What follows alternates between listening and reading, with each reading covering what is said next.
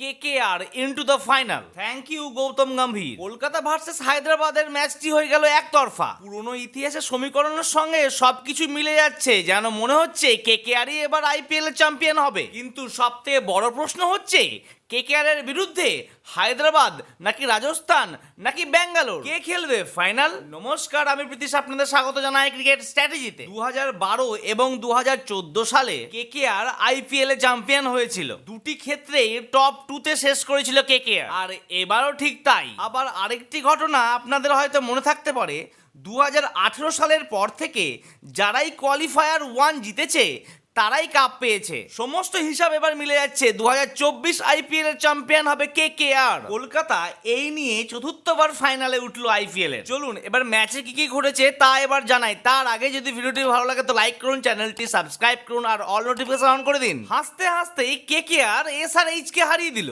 Sunrise Hyderabad প্রথমে bat করে 159 গুটিয়ে গেল তারা। বড় ম্যাচের বড় প্লেয়ার আবারও নজির রাখলেন মিচেল স্টার্ক। তিনি হলেন প্লেয়ার অফ দ্য ম্যাচ।